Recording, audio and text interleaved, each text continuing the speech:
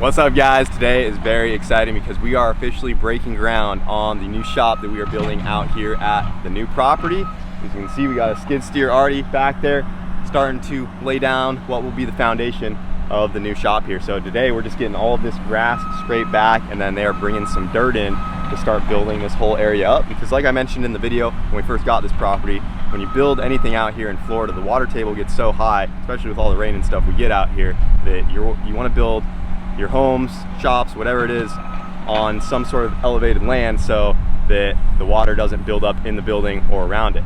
So we're getting all of that done starting today. We did have some delays, but we finally got all the permits we need and we are getting right to it. The guys actually came out here a couple days ago and we just got a better idea of exactly where the building is going to be, just double checking the height of it. You can probably see in the background we have some like wooden stakes back in the ground over there. We used to have just some little flags that was just a rough idea of where it's going to be, but we came out here, got some more precise measurements of where it is exactly going to be, and we did push it over this way a little bit.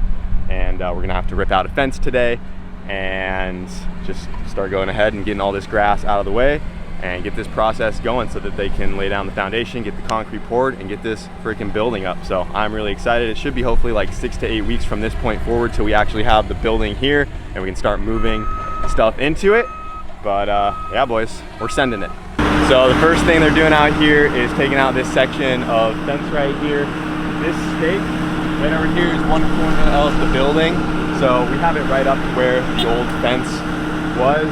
They're making some pretty quick work of it. It was just a barbed wire fence. They just cut the barbed wire out of the way. They're just using the skid steer with the chain just to pull the posts out of the way there, just so the fence isn't in the way when they do come to do the building and for today when they get started on the groundwork. The fence was really there from the previous owner. They had some cattle and stuff out on this back pasture. I don't plan on having any cattle or any animals back here, not at least in the near term. So if we need to re-add a fence, we need to scoot it back, and that's easy enough. Our only worry is when we have like dogs and stuff out here, because we have some friends that bring their dogs or whatever, and we have a small dog as well. I did like the fence with the gate because it kind of kept the pond blocked off, because we did have that gator in the pond, so we don't want any curious dogs or anything going back over there, but we keep a close eye on them, so it's not too big of a deal. But yeah, once they get that fence pulled out of the way, they'll go ahead and start scraping all of this, and you can see down here it's pretty moist back here, boys. It's been raining non-stop for weeks.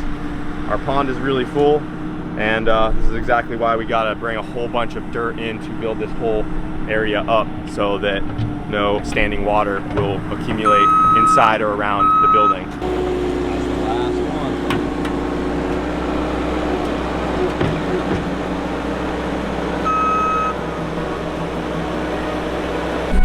Oh shoot, first straight going down.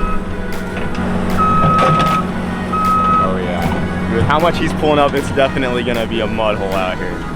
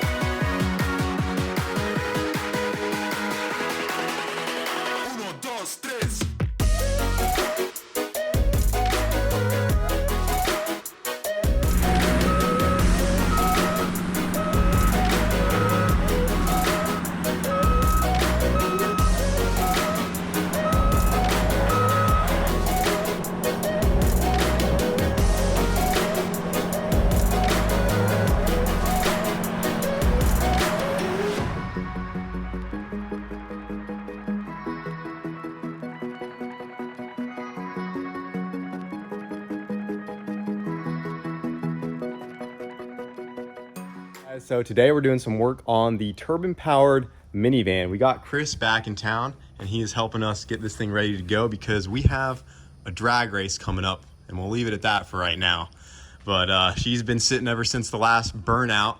I'm sure you saw that we did grab the wall just a little bit. Yeah, we got her banged out. We just got to get a rear bumper put back on this thing, and that should be good to go. Did a little bit of body work back there. Luckily, you didn't catch that back glass. Yeah, I'm glad. As long as you didn't pop the back glass. It takes a lot of time to put all them lights and glue all that stuff in there. I just got to tell you, me and you are the only people to ever enter and win a burnout contest with a turbine. Me and you. No one else on the planet has done that yet. Yeah, that's pretty wild. And now we're going to have a drag race. All right. I'm going to give too much away, but yeah, it's something like this doesn't happen too often. So we're getting it ready. You know, Kyle's been running this thing pretty hard. I wanted to go through and check out the transfer case. We heard a little bit of noise. It was good though. We put a new chain in. We just have to tension the new chain. That's normal. So before Chris originally brought the van down for us to use it all, he put a brand new chain in there, which drives the drive shaft that goes to the rear tires. And like he just said, we did hear a little bit of a noise. It was chattering around a little bit. So we wanted to double check that everything was good to go, especially before we attempt to take this thing down the drag strip. And there's just a couple other things that he wanted to check out before we do that. And you can see we got the cover pulled off of the chain drive right here. And you said you built this thing completely on your own, right? Yeah, everything 100% custom. Yeah. This thing is sick. So look at this, guys. This is the beefy chain that actually connects to the turbine engine. So that output shaft that is right here that I've shown in the previous videos, this is what would normally power the main rotor head assembly on like a helicopter. Yeah, a Rolls-Royce Wasp or a Westland Wasp or a Westland Scout. Okay, so instead of powering the rotor on one of those helicopters, it goes to this huge sprocket right here, and this is a chain-driven drop box, and that goes down to a smaller sprocket down there, which has a yoke on the outside of it, which goes to a drive shaft to the rear end, and that's how the rear tires actually spin. Yeah, and you said this is 2.25 to 1 overdrive. 2.25 to 1. This is spinning about 2,200 RPM at full tilt, and the bottom one sees about 5,000. Yeah, a little around 5,500, and it's got a 350 rear axle ratio. With a Detroit locker. Because you also said about like 120, 130, it hits a governor. Yeah, right around 128, you can feel it laying down. You'll feel it. So it also does. It up a few notches, you know. We can gear it a little bit more. Oh yeah, if we wanted more tops. Yeah. I think 128's plenty. But you can see down in here we do have some oil that just helps keep the chain lubricated. And what we found when we pulled this cover off is the chain was in fact pretty loose, and it was slapping the side of the case right here. You can see the bang marks right. Where was it? Yeah, right there. You see them? So that's where the noise was coming from. If you look down there and move this up and down, you can see how the in and out works. Oh, how it engages and disengages. Oh, I do see that. It's like a transmission in there. Yeah, it's actually. Oh, that is so cool. So it's almost just like how a synchro or a dog box engages. Yeah, it's that's all the output from a new Process 205 transfer case. That got me my yoke. It got my that's sick. Okay, so yeah, this is what actually. So that's engaged, right? Yep. And then this would be disengaged. That is really cool. So. Yeah, you know, this thing's probably, 16, 17 years running now, and, you know, it's been holding up pretty good. I just want to show that to you guys because it is pretty cool. Big old beefy chain that drives the rear drive shaft. We had to just pull the seats out of this thing to get to it, but we got the chain tightened up, got the slack back out of it. Sprockets look like they're in good shape, so we're ready should be good to go back together. Yeah, I'm happy. You know, you put it through a little bit of a thrashing on them last 3 burnout contests, but it's holding up. Get back out there and try a little bit harder to break the thing. Yeah. This will be my first attempt driving this thing down the drag strip, so a little scared, but also I think it's going to be sick. Yeah, it's a dream. You're going to love it, man. You'll be, I think, no one has, my friend made a few practice launches on the full power, but no one has ever made a pass, so you're going to be the first one besides me. I'm excited. I want to see it. I want to see it. Yeah, you've never seen it go from the outside. Nah, I want to go stand on the starting line, then I want to go stand at the 8th mile. I want to get the full effect, man. All right, guys, yesterday they were out here scraping the grass away, and today they have came in with truckloads, and this morning they started building all of this pad out, and we have a lot more trucks to come. This right here is Major, and he is doing all of our site work and dirt work over here for the new shop, and we're excited to have you out here. You guys may have seen him on a familiar channel and got a really good recommendation to go with this guy for our shop, and I'm just excited to finally get this going, man. I did have a question though. Why are we using this dirt from the trucks and we can't use any of the dirt that they scraped off over there? Because if you guys look back over that way, we got a good pile of old dirt, but from what I can tell, this dirt looks like it's a lot better quality. A lot better. Is that the main reason, just because of what is inside of that? That breaks down and causes settlement, so you don't want that underneath your slab. You want clean, packable fill, that's what this is. Okay. Yeah, this dirt does look very nice. We did get some rain yesterday as well, and the part that we did scrape out, you can see we added a third pond to the property back over here. We might already have an alligator in there, who knows?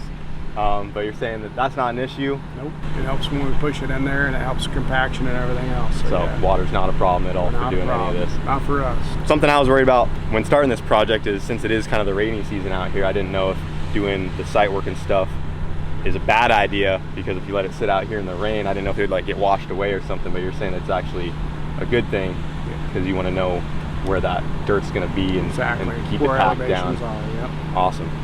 So how many trucks do we have coming today? Between 25 and 30, depending on how many loads they get per hour. That's a lot of trucks. So we've had like 4 or 5 already come in. We're starting to get this built up right here, and we still have a long ways to go. I mean, they're going to be bringing trucks in all day. And our original plan was actually to drain my pond. And dig the pond bigger. We were going to dig our pond bigger and actually excavate dirt from the pond, but with just how muddy and wet it's been, all those trucks back there would just be getting stuck. It'd be a big mud hole. It would be a whole process, plus we would kill all of the fish and stuff inside it. I had a whole plan. I was going to buy a pool, and we were going to get all the fish out of it, dig out the pond, but we ended up just going straight for the trucks. The only reason we consider doing that is because it might save us a little bit of money. Instead of, you know, paying for each truckload, we could just dig up the dirt ourselves here. But just paying the extra to have the trucks come in is definitely going to be the move. Worth it, yeah, absolutely. So how long do you think this will take?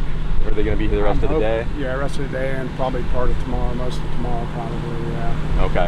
And then we're only going to see you around for basically the dirt pad, and then I'm out. And then you're out. I'm out. Oh, cool. It was awesome to have you out here, man. I appreciate you. Getting our dirt pad done for the shop, and then it's on to getting it ready for some concrete. Yep. And going from there. And you guys look right back over here. This is Brad from Chambliss Steel Buildings, another familiar face. Yep. I'm cutting no corners on this one, guys. You know, I'm going with the best recommended people, getting a nice quality shop built, and as Major and his crew are getting the pad done, Brad will then take over once this is out of the way, and we'll move on to the concrete and actually getting this sucker built.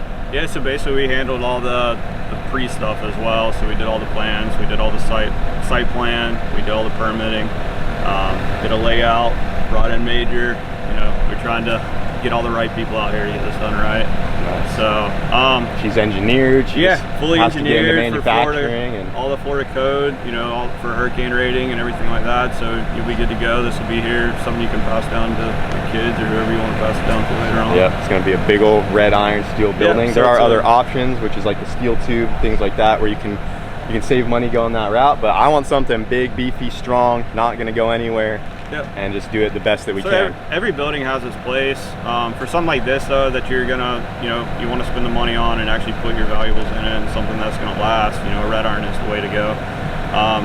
Like I said, it's something that's gonna be here forever. It's, you know, it's lasts its time. You know, you can go right around any community or any old industrial area. They're still there from the '60s. So something that's gonna last.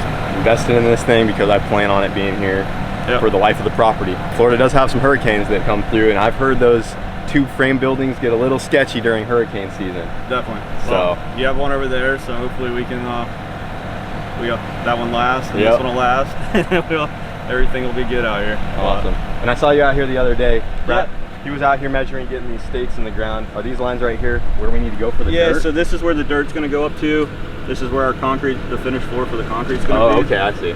So it'll be a 4-inch pad throughout the whole thing. We'll have all our engineered footers and the perimeter thickened edge on it. So it's a 1x2 perimeter footer with a bunch of rebar in it. Every column pad has its own, you know, engineered spec on it. So we're actually standing about maybe a little over a foot where the actual top of the concrete is going to be of the shop.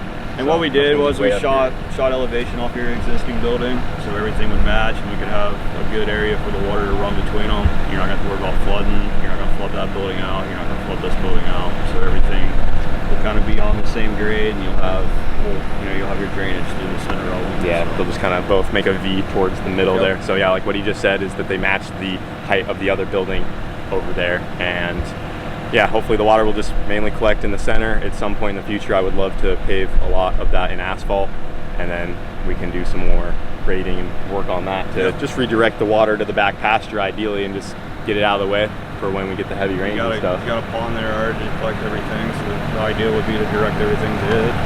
Yeah. Oh, cool. Just a lot more dirt work today. And then how long do you think it'll take for you guys to get out here and start framing stuff up? We should be out here to get all the foam boards off, hopefully next week. Okay.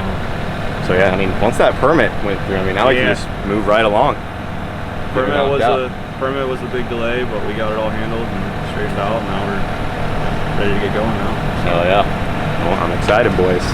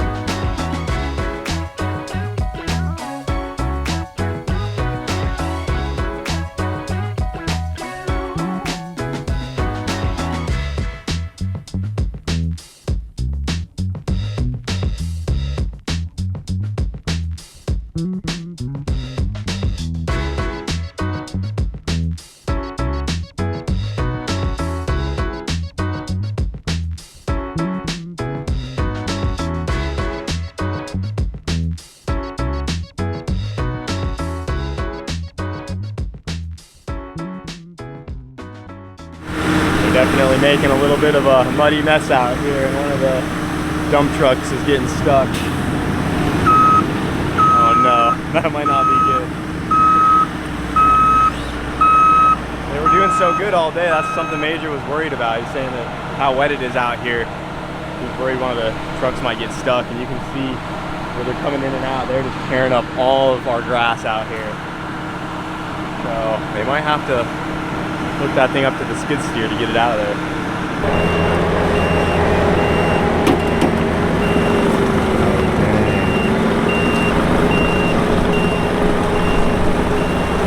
Oh, he's getting there.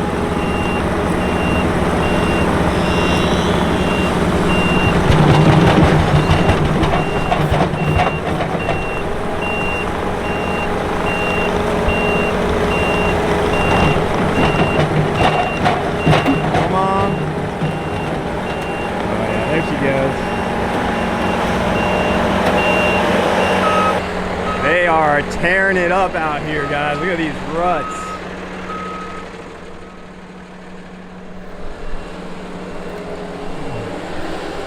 Well, turning the property into a mud hole over here. I guess we should just start having some mud bogging events. Build us a K-Series turbo mud bogger, something lifted. Go right through all this, no problem. Well guys, we got the first layer of dirt done. You can see right over here, they brought some more dirt in to get all of the water that was here covered up. It has since dried quite a bit. That was a couple days ago. The equipment isn't on the property at the moment. They had to take it to another job site as we are getting more dirt over here to build up the next layer to get all of this as high up as we need. You can see we still have a whole bunch more dirt that needs to get leveled out over here. We've had dump trucks coming in, just continuing to drop off more dirt because, like you saw on that mark on the stick, we still have to build this level up quite a ways before we're ready to start getting things set and ready to go for the concrete and things like that. But that is our shop update for right now. Really excited that we finally have broken ground out here, and they'll be back out here really soon with the equipment, get the dirt finished out, and then we can move on to concrete. All right, this thing should be all ready to go.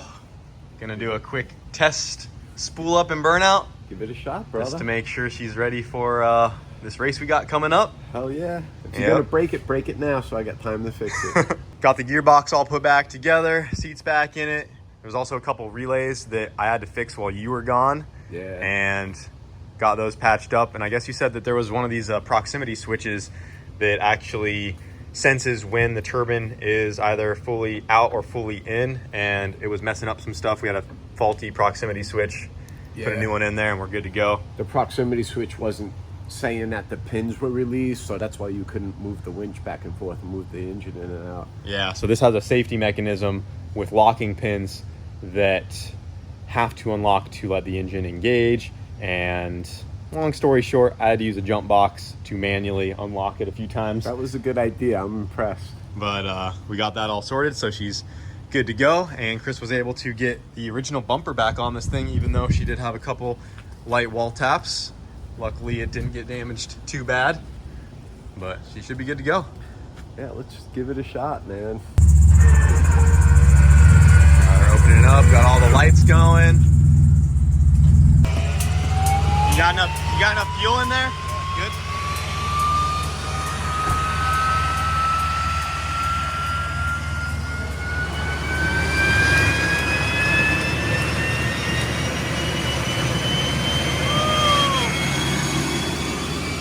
It never gets old.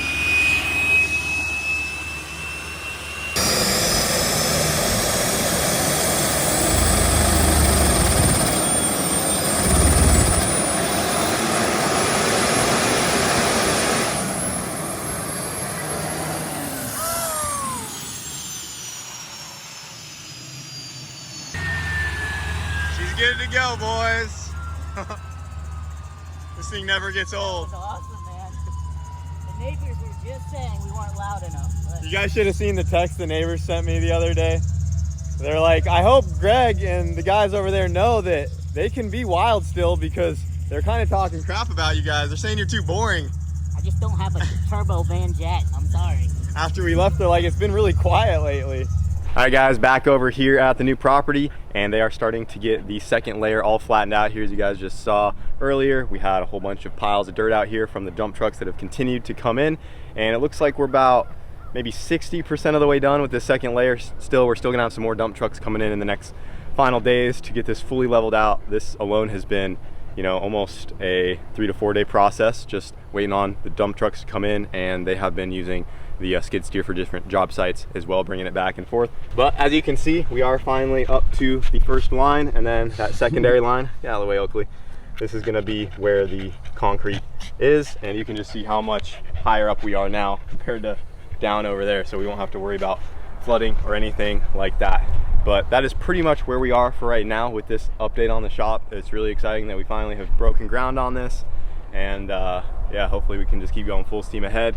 And it's gonna be a big freaking shop, boys. I mean, I'm sure you guys saw we're going 140 feet long by 60, so it's about 8,400 square foot building. And yeah, I'm really looking forward to it. So we got a couple more loads of dirt to come in, get this flattened out, and then here in the next, you know, week or two, we will get things dug out, framed out, find out where the footers are gonna go for the concrete, all kinds of stuff, and then Brad will come over and just keep the ball rolling. But we have officially broken ground. Hope you guys enjoyed this update, and we'll see you later.